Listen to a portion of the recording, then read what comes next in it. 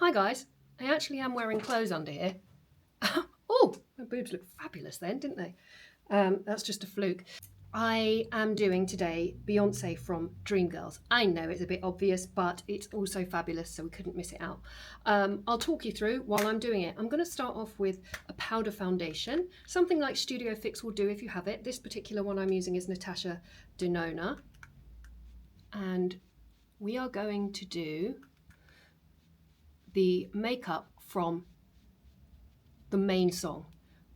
We're Dreamgirls, that one. So far in the series, we've covered Silence of the Lambs, which the makeup was used to show vulnerability and openness and naivety.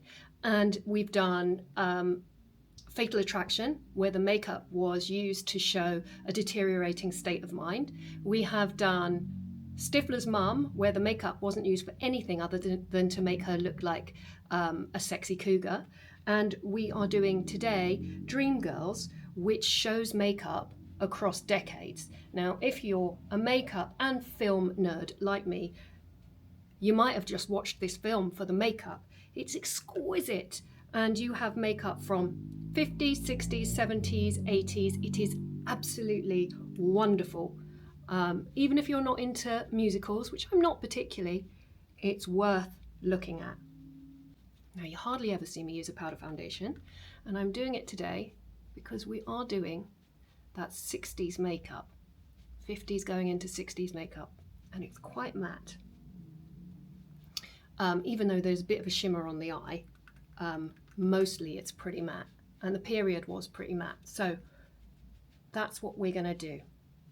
So bear in mind the makeup is also based on Diana Ross. So I have looked at some Diana Ross Supremes era makeup as well. So I'm taking the references and checking on their references. It's impossible for me to know exactly what products were used. So I'm just going to do what will work to replicate it. I never ever use a powder foundation because I have naturally dry skin, but they are fantastic if you don't have a dry skin. If you've got a normal combination or oily skin, then you might absolutely love this. Quite often you can also use the sponge damp and create a very flawless finish. The other thing you can do with it is apply it with a brush so you get a much sheerer finish. So if you don't like the kind of full opacity flatness that this gives you, you can use it with a brush. Or if you want to, you can use your foundation and you can set with this kind of product so that you get a much more flawless finish. I'm a bit shiny everywhere else, so I'm actually going to use a bit of this on a brush just to take that out a bit because I don't want it to be distracting. I have my shoulders out because Beyoncé has her shoulders out in this particular shot, so I didn't want to detract from the makeup with like a black t-shirt or something. It is a very glamorous makeup, so I felt like it needed a little bit of glamour for you to feel it. Brows are a slightly different shape to mine. They're much rounder. Mine are much more 90s because I plucked them into this shape in the 90s and now we are stuck with them. So I am going to just adjust them a teeny weeny bit. Brows wise, I am using the Maybelline Builder Brow. I'd love to be able to show you this and for it to be beautiful. It's not. The packaging is absolutely dire, but the product is incredible. Unfortunately, the silver comes off on your hands, which is quite annoying, but I do want to give the product love because they will sort that out, I'm sure. And it is fantastic and so affordable. So for those that love a brow pen, this is great. So I'm just drawing in the brow hairs and making it a little bit more fluffy at the top. Oh, I need to zoom in.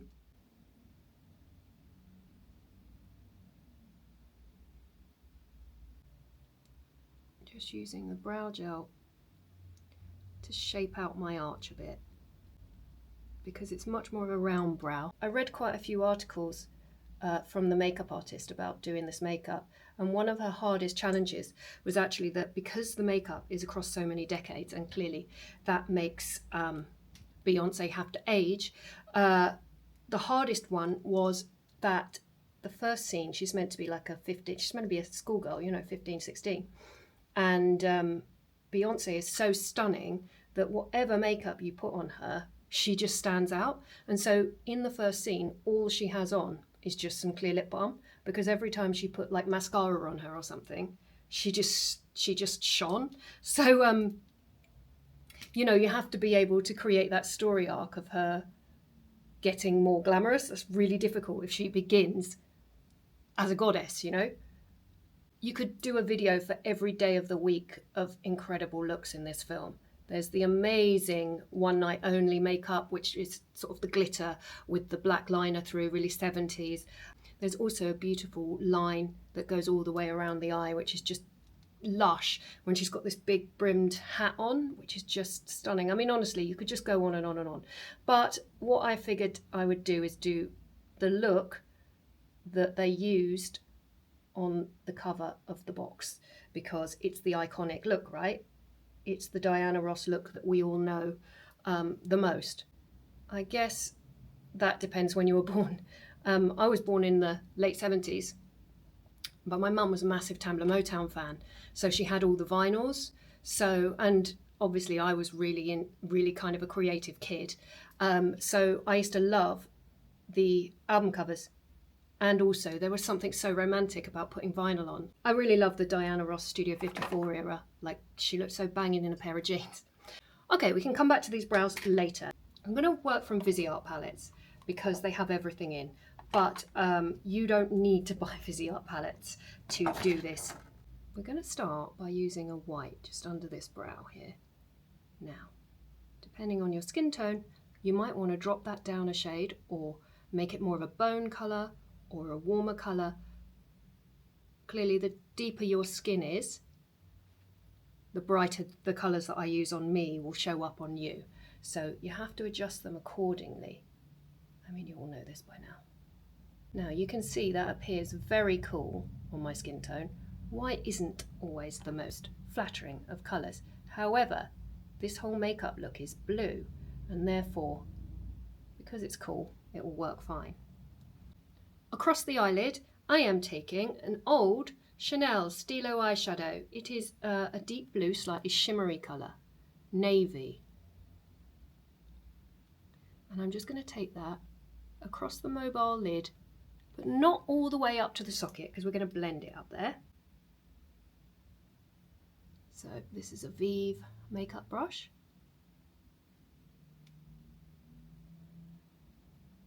So this makeup is very, very dark at the lashes and is a gradient upwards, which is why I put the white in to start, and I put the dark in the form of a shadow stick so that I can build upon it. If I put the white all the way over, it's going to be really hard for me to get clarity of colours, because everything will be mixed with the white and it will be somewhat greyish. So when it comes to these videos, I tend to just look through my products and look for exactly the product that I want to use, rather than products that are just available for you to buy, because everything is out there now. You can find a dupe of anything, and I'd rather do it as close as I can get it. I mean, sometimes it goes wrong, but fingers crossed it doesn't.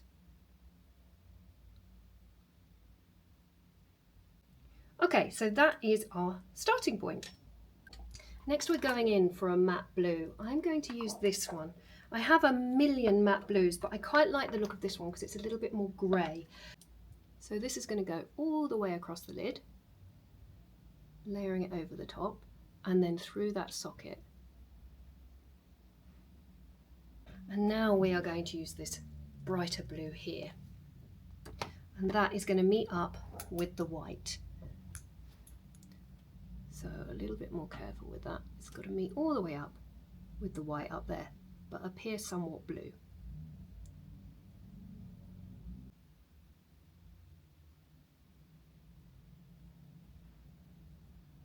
And then you can bridge the gap between the greyish blue and the soft blue up to the brow. This is actually not the easiest makeup on earth. It's kind of technical because you do have to think what's going to go where and when, so that you don't muddy the shades up. Next stop, we need a black. I'm using this long wear cream liner stick in the colour Panther. It's from Bobbi Brown. And because I need to smudge it, I don't want to go straight in with a liquid liner. So we're going to use this as our liner. And then smudge it in a bit. Then we'll go over it with a liner. So very delicately, I want to keep it quite localized, but also smudge it out a bit.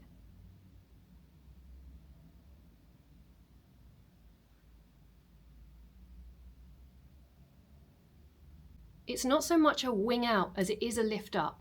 You know, you've got to think this is the era that Amy Winehouse took her makeup inspiration from. So it really is a kind of like direct up rather than an out and up. It's a little bit out and up, but not much. I haven't put any concealer on yet because I'm using some matte shadows, even though Viseart eyeshadows don't really fall out at all. They're really incredible quality, which is why I picked them. Matte shadows do tend to have a little bit more fallout than anything else. I'm going to take this in tight line. This is a little bit different to their normal shadow sticks. It's one of their liner sticks, so it comes pointed, which is good. Which is very useful for getting right in those lashes, because at the lashes it has to be completely black. Now, if you notice me look to the side, it's because I have a monitor there. I know that can be quite distracting, but it really helps me check that I'm in focus. There's nothing more annoying, trust me. There are very few things more annoying than filming a video and finding it's completely out of focus. For me, anyway. If you've watched this film, you'll notice that the other two actresses have slightly different makeup. It is slightly pared down. It is like pulled back a bit, as if Beyoncé is now taking the center stage.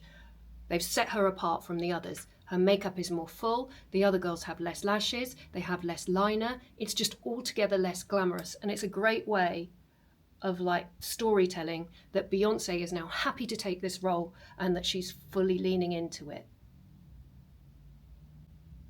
Sorry, obviously it's based on Diana Ross, although I don't think they were ever able to say that, but we all know it is. And in some of the articles I read, the makeup artist Francesca says that her makeup trailer was literally wall to wall with Diana Ross inspiration pics. I also have to say that when I watched this film, the thing that really blew me away was how brilliant Beyoncé learnt Diana Ross's mannerisms. It's mesmerizing. It is absolutely mind-blowing.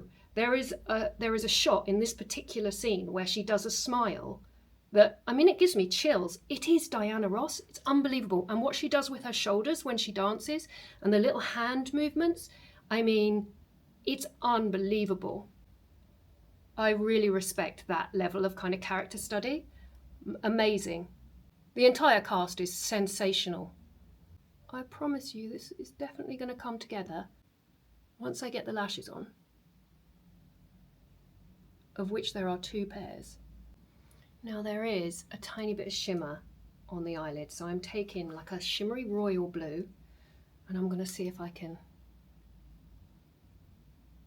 yeah, just pop this in here. Before I do more eyeshadow, I am going to put some mascara on and work from there so I can see where we're up to. This mascara is available and is amazing. It's Stila Huge Lash. Did I use it in my last video? I'm obsessed. It's bloody amazing. Really black, really massive eyelashes. Now, at the end here, I am pushing my lashes backwards so that they don't change the shape of this lift that we've got going here. Because my lashes on the outside edges tend to want to poke a little bit down and out. So make sure that they're all stuck together. Oh. Before we do the lashes, I'm going to pop a little bit of, this is Maybelline Tattoo Liner. I'm going to just pop that over the top to make sure it's really inky black at the lash line. We are still going to be building up that black, but as we're sticking lashes on, we want to make sure that where we stick the lashes on, the seam is hidden. Okay, lashes. I have picked some of these wispies from an Ardell Wispy multi-pack. Then I'm taking these outside corner lashes. They're called Better Half from Be Perfect, and I'm going to layer them on top of each other. So we get this really nice winged out lash. I have shortened these lashes a little so I can pull them all the way across the front so that they go up rather than out and up. Concealer I'm using is Huda Beauty in Coconut Flakes. It's like insane coverage. Underneath the eyes, we have got to go all the way under. So you need to bring this liner in here in a point. Now you've got to take the liner underneath the eyes close to the lashes as you can, but without going on the waterline. Okay, so I need to concentrate.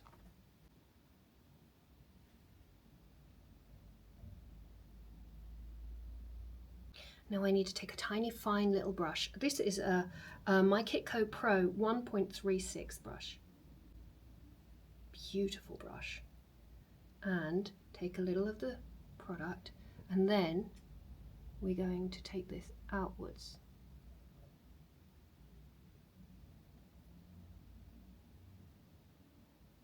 So as you get older, you tend to get more asymmetric. Things you didn't notice when you were younger because your skin was plumper become way more noticeable as you get older. So this side of my face is higher, but it's slightly tilted down. So this eye is a very different shape. In fact, this whole side of my face is much less plump than the other side. It's lost a lot more collagen. So I may sneakily adjust this liner a little on this eye to make it a bit more dropped, because the eye is smaller and the eye is higher. So I'm going a little lower. Okay, black eyeshadow.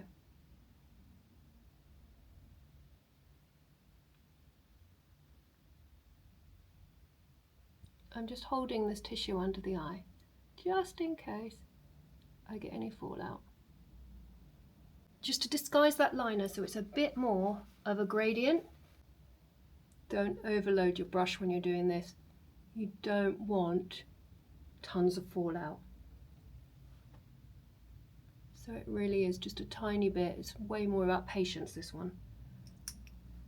Blush wise, I just dug out this Cheeky Devil Glow Play blush from MAC.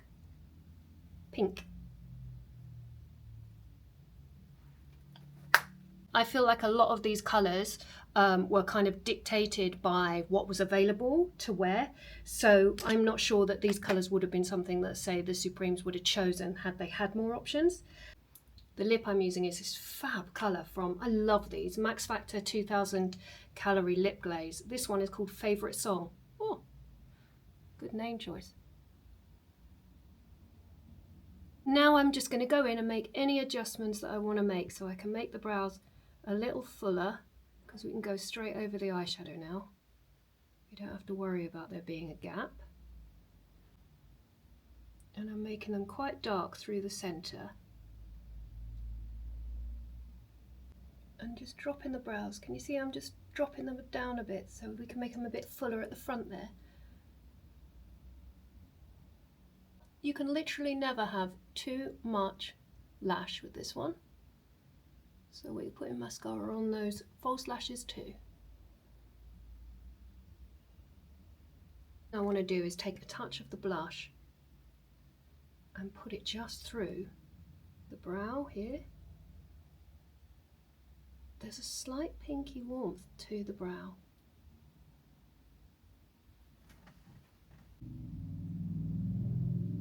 Just got to pop that little bit of white in there. I love that Max Factor colour, but this is probably truer to what Beyonce's wearing. This is a Shiseido Gel Gloss.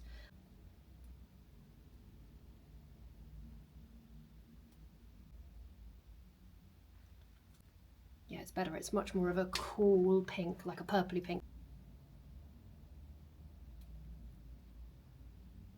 Well, there we go. Thanks so much for watching, guys. And if you're still here, thanks so much for staying.